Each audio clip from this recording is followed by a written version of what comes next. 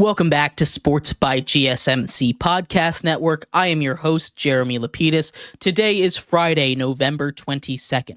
If you are just tuning in, we just finished going over our NFL game picks for this weekend. In this segment, we turn our attention to college football. Another crazy Saturday of action, definitely bound to be one of the better ones this year. It seems like a boring weekend, which means chaos is going to reign supreme, and I cannot wait to see what happens. You obviously have the big games, Army, Notre Dame,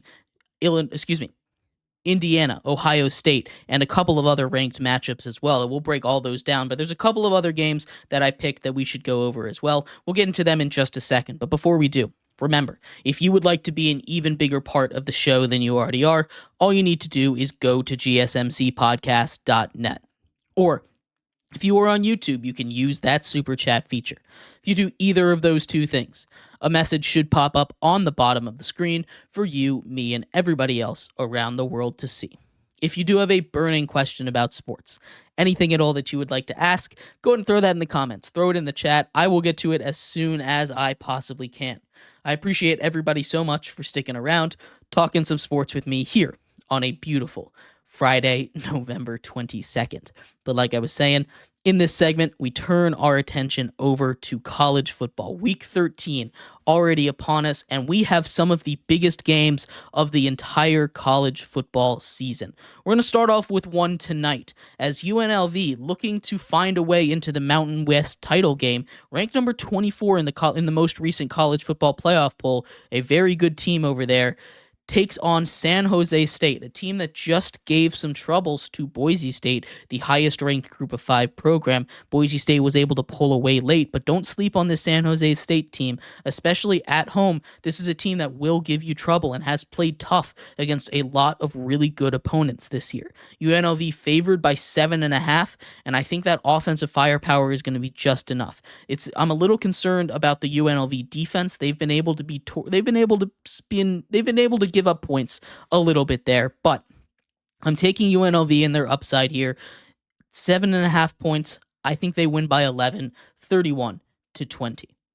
Then an intriguing game here. This is a line that's flipped back and forth as we head into Saturday's action. Number 25, Illinois, a team that I don't really feel like deserves to be ranked, takes on the Rutgers Scarlet Knights. Rutgers claimed a spot in the bowl game last week. Illinois has been flirting with the edge of the college football playoff rankings and the AP poll rankings basically all season long. They've won a couple big games, lost a couple big games, and now they play a Rutgers team in Piscataway, New Jersey, where originally they were favored by 1 point, but now the line is switched. Rutgers is favored by 1 at home.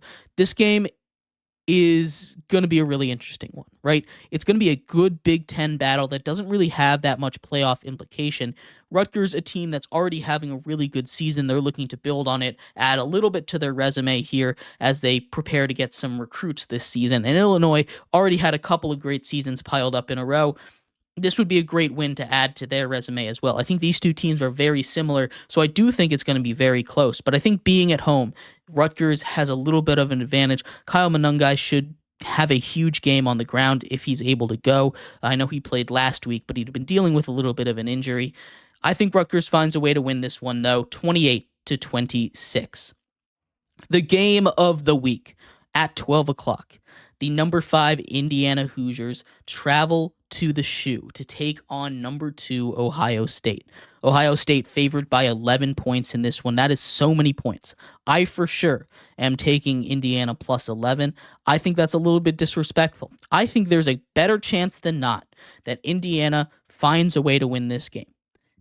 This is the game with the most playoff the most or second most playoff implications on the line here. Obviously, these are both really good teams.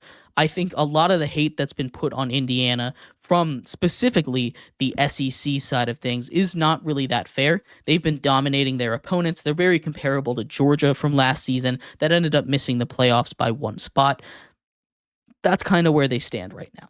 They take on the biggest and maybe the only real test of their season in Ohio State. On the road, it's not going to be easy. And I'm going with the chaos round. This is not a crazy stacked week of college football. Chaos is bound to ensue somewhere. I'm taking Indiana to win this game.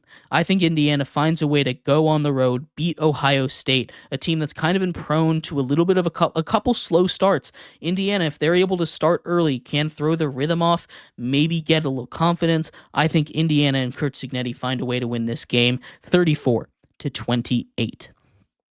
Ole Miss travels to Florida. DJ Lagway has been playing incredible football in the last couple weeks, since he got hurt against these really great SEC opponents. They pushed Texas. If DJ Lagway was in that game, I think that game against Texas is a lot closer than it was. Last week against LSU, they end up upsetting them. The week before, they push a really good Georgia team to the brink, right? This is a Florida team that's hot right now.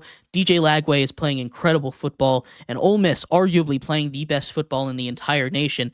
This is going to be a tough game. If Ole Miss doesn't start fast, if they let the Florida Gators hang around, there's a real shot for an upset here. Ole Miss favored by 12.5. I think that's way too many points. I think the Gators find a way to keep it close, but I think at the end of the day, Ole Miss doesn't let an upset get pulled off. I think Ole Miss wins 30-20. Penn State travels to Minnesota, a Golden Gophers team that has been red hot as of recent. They just drop a game kind of inexplicably to Rutgers. They just drop a game pretty badly. It didn't look that great for them.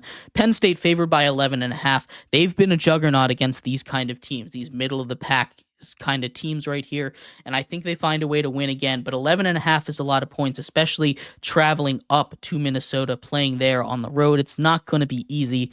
We kind of saw it last week when Oregon traveled to Wisconsin. Not the same teams, not the same environment, but I think it goes a very similar way where they find a way to win at the end, but it's not going to be very comfortable. Penn State wins 28-21. Another contender for game of the week, as number 14 BYU, with their playoff hopes dangling right now by a thread, takes on number 21 Arizona State. Favored by 3, Arizona State is at home. They come off a huge win against a really good Kansas State team. They dominate that game. This is an Arizona State squad that I think deserves to be ranked a little bit higher. There's a lot of things you can say about Arizona State, where they deserve to be, but really, they have been playing spoiler for a lot of teams in the Big 12. Them and Kansas have been playing spoiler, but Arizona State controls their own destiny to the college football playoffs. They win out, they are most likely in. At least they control their own destiny to the Big 12 title game. How much love the committee is going to give to an Arizona State team that isn't a big name program if they find a way to win the Big 12, I'm not so sure about, but they get one of their biggest tests against a BYU team that just lost a heartbreaker to Kansas last week, a team that just lost by getting hit on the helmet on a pooch punt by the opposing quarterback. BYU comes in limping. They haven't really played their best football down the stretch.